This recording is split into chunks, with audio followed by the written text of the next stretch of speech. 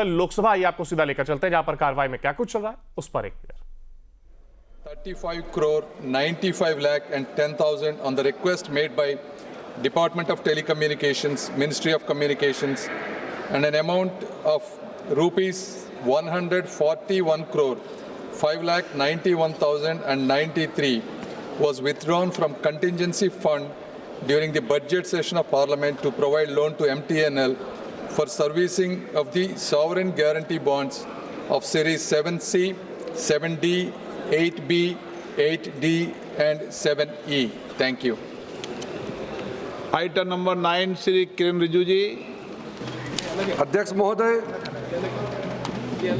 मैं निम्नलिखित प्रस्ताव पेश करता हूं कि यह सभा 1 अप्रैल 2025 को सभा में प्रस्तुत कार्य मंत्रणा समिति के 9वें प्रतिवेदन से सहमत है।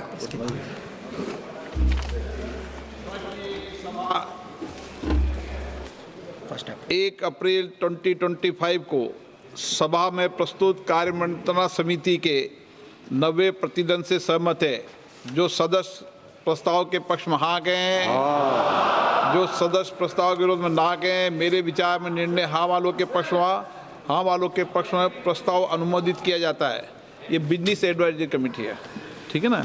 माननीय सदस्य जिन्हें आज नियम 377 के अधीन मामले उठाने की अनुमति दी है, वे व्यक्तिगत रूप से अपना अनुमोदित पाठ सभा पटल पर प्रस्तुत कर सकते हैं।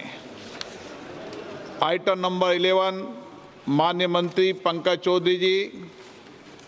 अध्यक्ष महोदय, मैं अपने वरिष्ठ सहयोगी श्रीमती निर्मला सीतारमण जी की ओर से प्रस्ताव करता हूं कि आज की संशोधित कार्यसूची में मत संख्या 11 में वर्णित बैंककारी विधियां संशोधन विधेयक 2024 में राज्यसभा द्वारा किए गए संशोधन पर विचार किया जाए। प्रश्न है कि लोकसभा द्वारा यथा पारित बैंककारी विधियां संशोधन विधेयक 2024 में राज्यसभा द्वारा किए गए संशोधन पर विचार किया जाए।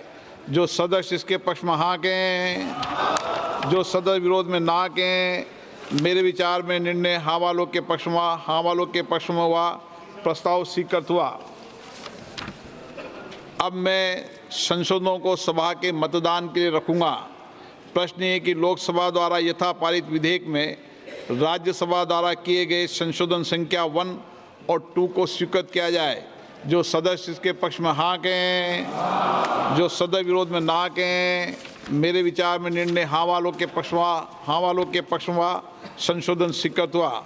मंत्री जी अब प्रस्ताव करें कि लोकसभा द्वारा यथा पारित विधेयक में राज्यसभा द्वारा किए गए संशोधन से सभा सहमत है। महोदय, मैं प्रस्ताव करता हूं कि राज्यसभा द्वारा विधेयक में किए गए संशोधनों पर सहमति दी जाए। प्रश्न ये है कि लोकसभा द्वारा यथा पारित विधेयक में राज्यसभा द्वारा किए गए संशोधन से सभा सहमत है।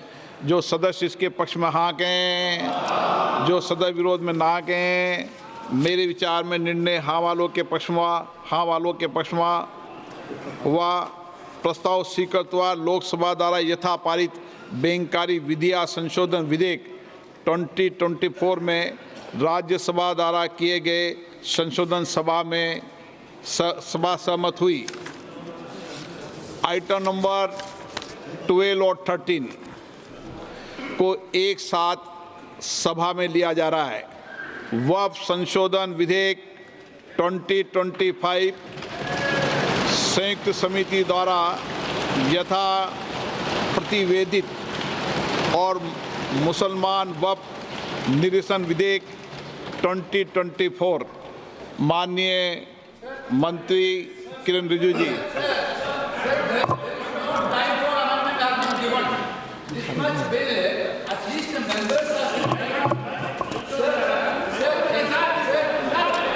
हाँ, बोलिए। This type of bill, when you are bringing it to the House, at least the members has to have the power to give amendments. Yesterday, what happened, sir? This bill has been brought into the notice of member only afternoon, around afternoon. Then the amendment time will be ceased till 3:30. Then how can the members move amendments, sir? This is basically you are actually bulldozing the legislation, sir. This type of legislation bulldozing is not happened in this house, sir. Sir, members has to go. Why that, sir? You need to give time for amendment, sir. Sir, there are several provisions to be given amendment. There is no time at all. Okay आप सुनिए, आप बैठिए, एक विषय मैं दे दूं। माननीय सदस्यगण, मैंने सभी जो गैर सरकारी माननीय सदस्यों के जो भी संशोधन प्रस्ताव थे वह और सरकारी संशोधन प्रस्ताव दोनों को बराबर का समय दिया है। मैंने ऐसा नहीं किया कि आपके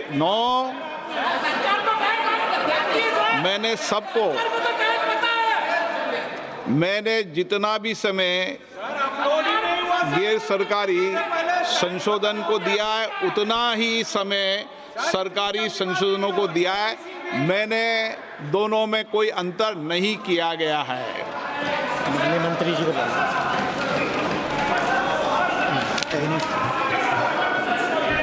हाँ, एक मिनट एन के प्रेमचंद्रन जी, आप बता दीजिए। Sir, my point of order is relating to Rule 80, Clause 1 of the Rules of Procedure and Conduct of Business, and under Rule 376 of the Rules of Procedure, and also colon sector, page 650. Sir, now this House is considering a bill, Waqf Amendment Bill 2024, as reported by the Joint Committee, Parliamentary Joint Committee. We are not discussing the original bill. It is as reported by the Joint Parliamentary Committee. My definite question to the Honorable Speaker, sir, is whether the Joint Parliamentary Committee has the right to incorporate new provisions in the bill. It is beyond the powers and ambit of the Joint Parliamentary Committee. They have incorporated so many new provisions. I have no objection in respect of those provisions. Even 2A also, it is appreciable. We don't have any objection. Sir, very serious technical matter. And kindly see, only even the House, Speaker sir, even the House do not have the authority to make wait up. You can reply after that. You can reply after. Sir, you can reply after me. Sir, even this Parliament, even this Lok Sabha, this August House do not have the right to incorporate a new provision unless you suspend Rule 81. But what is Rule 81, sir? Sir, Rule 81 is very clear. Rule 81 says the following conditions shall govern the administrability of amendments to clauses or schedules of a bill. An amendment shall be within the scope of the bill and relevant to the subject matter of the clause which relates.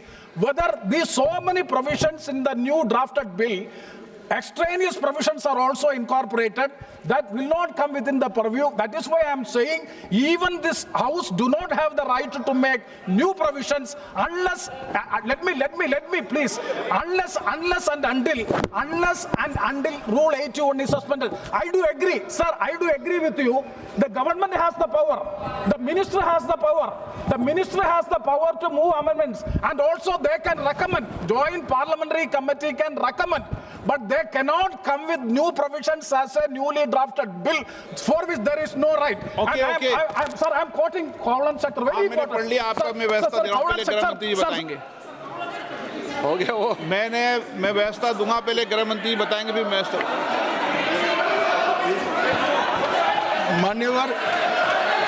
माननीय इनको पढ़ लें दो पूरा, एक minute इनको पढ़ लें दो।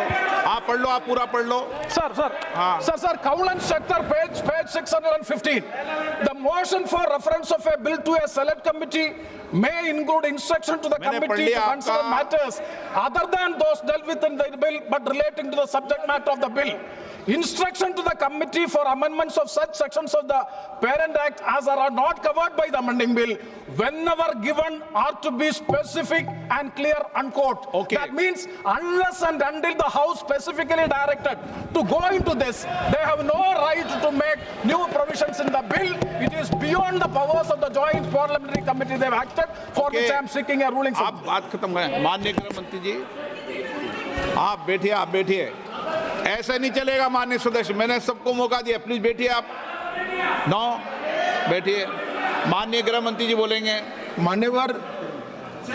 माननीय सदस्य ने जो पॉइंट ऑफ ऑर्डर उठाया है, मैं इसके हार्द को सदन के सामने रखना चाहता हूं। भारत सरकार की कैबिनेट ने इस बारे में एक बिल अप्रूव कर सदन के सामने रखा। आपके द्वारा ये बिल जॉइंट पार्लियामेंट्री कमेटी को दिया गया, जिसका विपक्ष का भी बड़ा आग्रह था।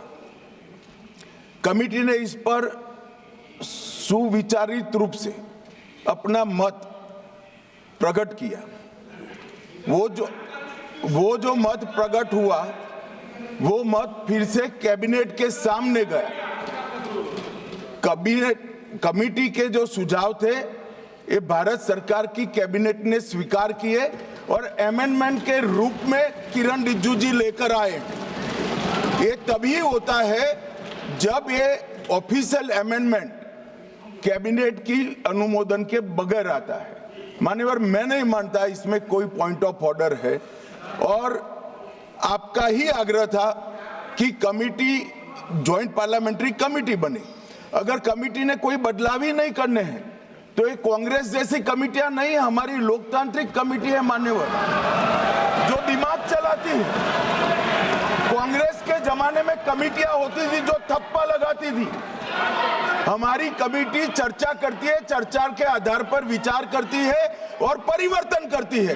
अगर परिवर्तन को स्वीकार ही नहीं करना है तो कमेटी काहे को लिए है भाई?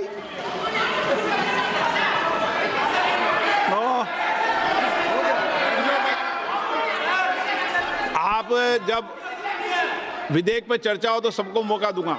अभी 0 ओवर पर मानने के मैं इस पर अपनी व्यवस्था देता हूं। माननीय सदस्यगण श्री N.K. प्रेमचंद्रन जी ने जो प्रश्न उठाया है, वक्फ संशोधन विधेयक 2025 पर संयुक्त समिति में विधेयक कुछ खंड जोड़ दिए गए जो विधेयक के दायरे से बाहर हैं। इस विषय पर मैं माननीय सदस्यों का ध्यान कौल और शकदर द्वारा रचित संसदीय पद्धति और प्रक्रिया की ओर आकर्षित करना चाहता हूं कि संयुक्त समिति की किसी भी विधेयक में संशोधन करने की शक्तियां बड़ी व्यापक और विस्तृत है। समिति किसी भी विधेयक में पूर्ण रूप से संशोधन कर सकती है या उसको पूर्णतः नया प्रारूप तैयार कर सकती है तथा विधेयक के सिद्धांत में परिवर्तन किए बिना उसका पूरा नाम और संक्षिप्त नाम भी बदल सकती है। इस प्रकार समिति किसी विधेयक में नए उपबंध सम्मिलित कर सकती है तथा विधेयक की व्याप्ति की समिति कर सकती है। विगत में कई संयुक्त समितियों ने विधेयकों में ऐसे संशोधन किए हैं। श्री किरण रिजिजू जी।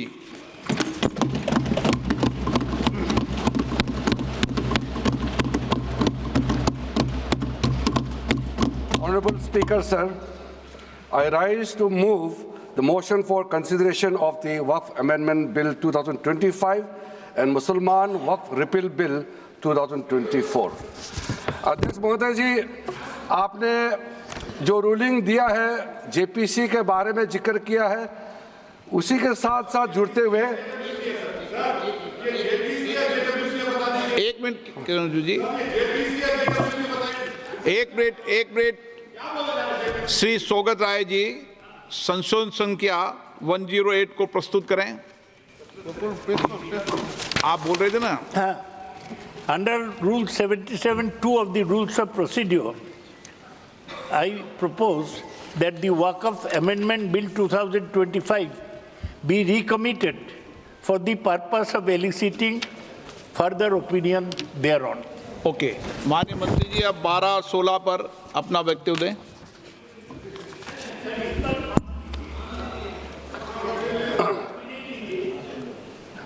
आपका जो जब मैं ओपनिंग करूंगा उसका भी जवाब आएगा और बाकी अमेंडमेंट तो आखिरी में आता ही है।